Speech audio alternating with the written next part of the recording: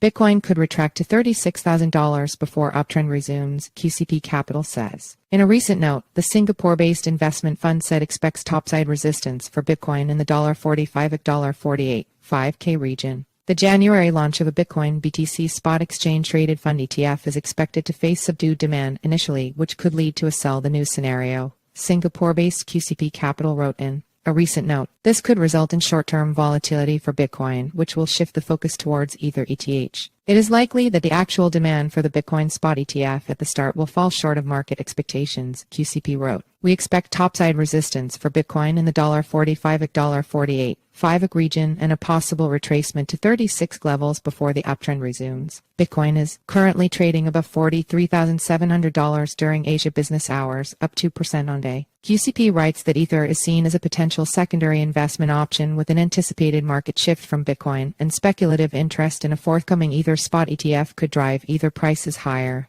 even before the ETF's actual launch. Ether might also be an interesting laggard play here, they wrote. This kind of headline excitement could create some speculative uplift for ETH price, whether it is warranted or not. CoinDesk reported that BlackRock BLK, Nasdaq NDAC, and the Securities and Exchange Commission SEC held their second meeting in a month to discuss rule changes for listing the Bitcoin ETF, with BlackRock modifying its proposal to include cash redemptions, aligning with SEC preferences. Grayscale also recently had a second meeting with the second. Bitcoin is up 17% in the last month, according to CoinDesk indices data, as anticipation builds around the ETF.